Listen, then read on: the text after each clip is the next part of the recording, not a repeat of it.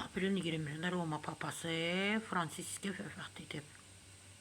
Papanın tabutunun altına Azərbaycanın xalçası sərilib. Bax, bu fotonu göstərirəm. Görürsünüz də oradan da Azərbaycan xalçasıdır. Naxışlar, ornamentlər falan hamısı bizimdir. Xalça papaya 2016-cı ilin oktyabrında Bakı şəhəri səfəri zamanı hədiyyə edilib, daha doğrusu.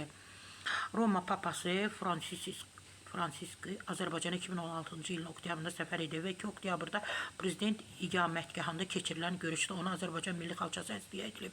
Sözü gedən görüşdən yayılmış videodakı xalça ilə Roma papası Fransiskin tabutu altına sərilən xalça isə tamamilə fərqli toxunuş və ornamentlərə malikdir və mənim dediyim kimi buna baxmayaraq Roma papası Fransiskin tabutunun altına sərilən xalça doğrudan da Azərbaycan Təbriz xalçasıdır. Xalça naxışlarına görə Heris adlanır.